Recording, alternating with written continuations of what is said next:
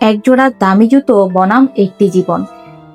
গত কয়েকদিন আগে সোশ্যাল মিডিয়া এমন একটি মুখরোচক খবরে সরগরম ছিল, যেখানে বলা হয় চট্টগ্রামের নিউ মার্কেটে একজন স্বামী তার স্ত্রীর দামি জুতো কিনে দেওয়ার আবদার পূরণ করতে পারেননি।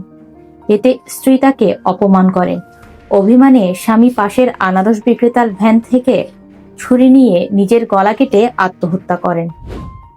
কেউ কেউ তো লাইভে এসে রীতিমতো লোকটির স্ত্রীকে ডিটারজেন্ট পাউডার দিয়ে ধুয়ে দিয়েছেন। কিন্তু শুনতে অবাক লাগলেও পরে জানা গেল ঘটনাটি ছিল শুধুই গুজব। পুলিশের তথ্যসূত্রে জানা যায় ওই ব্যক্তি ছিলেন মানসিক ভারসাম্যহীন। বিভিন্ন সময়ে মাদকও সেবন করতেন তিনি। ঘটনার সময় তার স্ত্রী তার সঙ্গেই ছিলেন না।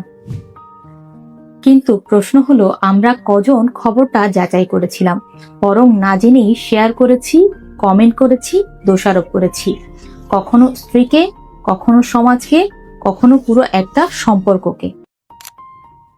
সোশ্যাল মিডিয়ায় গুজব ছড়ানো খুব সহজ, কিন্তু এর প্রভাব অত্যন্ত ভয়ঙ্কর হতে পারে।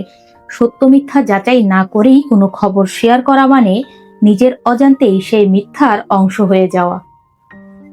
আর একটা গুজব কখনো কখনো কারো সম্মানহানি করতে পারে, কখনো একটা পরিবারকে বিপদের মুখে ঠেলে দিতে পারে, কখনো সমাজে ভুল বার্তা ছড়ায়। তাই কোনো খবর দেখলেই শেয়ার করার আগে নিজেকে প্রশ্ন করুন, এটা কি সত্যি নাকি শুধুই গুজব। গুজব ছড়াবেন না, গুজবে কানও দেবেন না, কারণ একটা ক্লিক কখনো কখনো একটা মিথ্যাকে হাজার মানুষের কাছে ছড়িয়ে দিতে পারে। সোশ্যাল মিডিয়ায় গুজব ছড়ানো খুব সহজ, কিন্তু এর প্রভাব অত্যন্ত ভয়ঙ্কর হতে পারে।